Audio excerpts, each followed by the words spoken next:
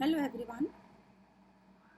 Today I am going to tell you about the Roman Empire and the economic expansion of the Roman Empire. If you talk about the early Roman Empire, it was not very much economically developed, but later on it made a very strong infrastructure of the harbors, mines, quarries, brickyards, etc. In the Roman Empire, there was a very strong tradition of the Roman law had emerged by the 4th century, through which the economy was expanded a lot in the empire. And the third point, we will go towards the Spanish olive oil of this period was mainly carried in a container called Dressel 20. Liquids like wine and olive oil were transported in the containers called amphor. The main economic features I'm going to tell you right now. The economy was based on agriculture.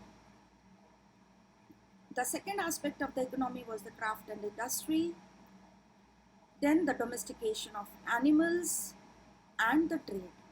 So these were the four important pillars of the Roman economy. First, let us talk about the agriculture. North Africa as well as Egypt, Italy, they were best for growing crops like wheat, wine and olive oil. So the empire had a substantial economic infrastructure, and on the top of that, not only these areas, rather Gallic provinces, those covered the modern age France as well as the nearing states, they also provided a good quality of agricultural products. Liquids like wine and olive oil were transported in containers called amphorae. Spanish producers succeeded in capturing markets of olive oil from their Italian counterparts.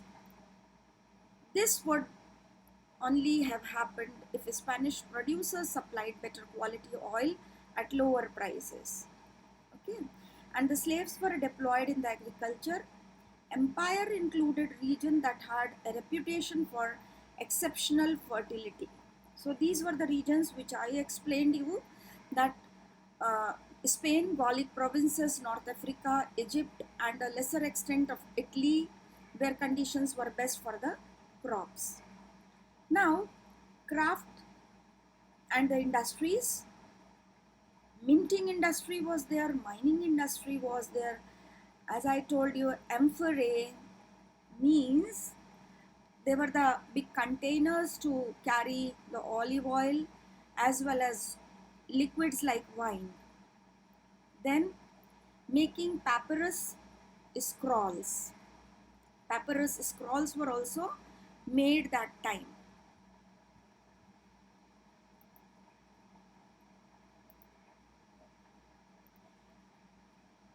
Domestication of animals, transhumans were there, animals were domesticated. Then all these things, agricultural products, olive oil, wine, industrial products, were traded. They were traded from different routes, from the silk route, from the sea route, from different routes. Then markets were captured in all the three continents. Trade basically was carried out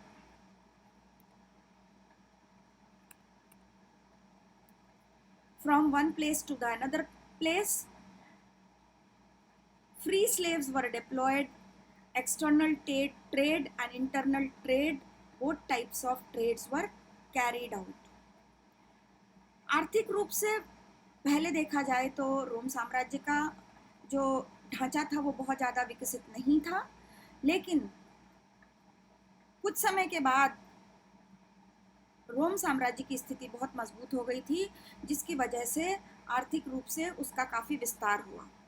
और आधारभूत ढांचा जो था वो बंदरगाह, खान खदान, ईंट भट्टे के की जो मैन्युफैक्चरिंग होती थी और ऑलिव ऑयल का जो प्रोडक्शन होता था उसके कारखानों से उसका बहुत ज़्यादा विकास हुआ। उनके पास में बहुत ज़्यादा फर्टाइल लैंड्स थी, ऑर्गेनाइज्ड ट्रेड था, बैंकिंग सिस्टम था, और जो मनी का फ्लो था वो बहुत ज़्यादा अच्छा था। It was very frequent money flow.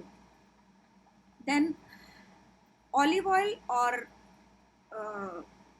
Wine का जो प्रोडक्शन था काफ़ी अच्छा होता था, और एम्फोरा के ज़रिए बड़े कंटेनर्स जो होते थे उसके ज़रिए एक स्थान से एक जगह से दूसरी जगह ट्रेड किया जाता था।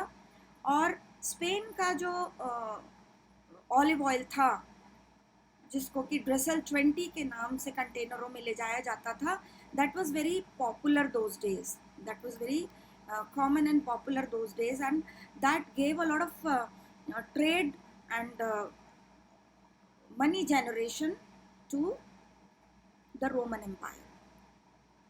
The empire included many regions that had a reputation for exceptional fertility. Italy, Sicily, Egypt, southern Spain were all among the most densely settled or wealthiest parts of the empire.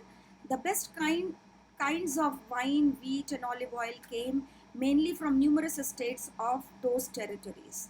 Diversified applications of water power around the Mediterranean, as well as advances in the water power milling technology, the use of hydraulic mining techniques in the Spanish gold and silver mines, and the gigantic industrial scale on which those mines were worked. Because of that also the economic uh, state of the empire was very strong. The existence of well-organized commercial and banking networks also gave impetus to the Roman economy, and that made the economy strong. And a strong tradition of Roman law had emerged by the 4th century, and this acted as a brake on even the most fearsome emperors. So this is the way how the Roman economy was very strong economy by that time.